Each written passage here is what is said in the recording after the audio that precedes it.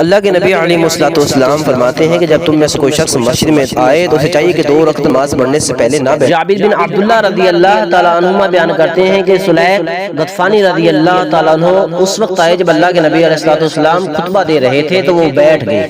اللہ کے نبی علیہ الصلوۃ والسلام نے فرمایا کہ اے سلیق اٹھو اور 2 رکعتیں پڑھو۔